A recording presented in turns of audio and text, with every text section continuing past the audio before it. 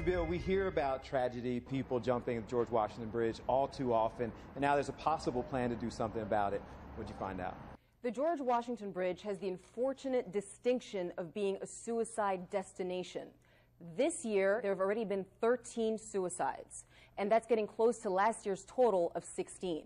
There's the infamous case of Tyler Clementi, who was filmed by his roommate having a gay encounter that was put online, and he jumped to his death. This is Gary Crockett and Niski Circelli. Police suspected that they committed murder before committing suicide, and they jumped off the bridge this April holding hands. The Port Authority wants to address this problem, and they plan on spending $37 to $47 million to install a 9-foot high fence on the pedestrian walkway side of the George Washington Bridge. The Port Authority has also installed these helpline phones. They've also added surveillance cameras, and there's also police patrolling the area. It's a 604-foot drop to the water from the bridge. I didn't even want to lean over. I just kind of stood there. I spoke to an expert, Jill, who works with the American Foundation for Suicide Prevention, and I asked her, why does someone want to commit suicide? People get like a tunnel vision, and so they don't realize that they have other options. They're in such pain and such desperation. Obviously, you want to save people, you want to help people, but I'm hearing $47 million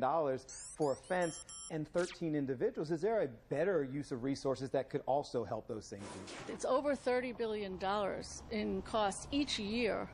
If you think about the productivity and life years lost by suicide. But this fence will last a lot longer than just 1 year. Last year we had 16. The year before that, how many lives will this save? This isn't going to save lives to me. Just because you're preventing suicide on the George Washington Bridge doesn't mean that these people aren't going to go to another bridge or jump out of the building. I think we're making the mistake of thinking that there's money to be spent in order to save lives. It's not. Look at the Golden Gate Bridge. Nearly 50 people jumped off of that bridge last year. Nearly 50 people. I think what the Port Authority wants to do is spend this money so that the George Washington Bridge doesn't become a destination suicide place, which it is documented the Golden Gate has become. This feels like a Band-Aid that ultimately is stopping it on their bridge, but it's not saving. Anything you can do to prevent someone from committing the suicide, any obstacles you can put, that can help. Here's what your search engine found today.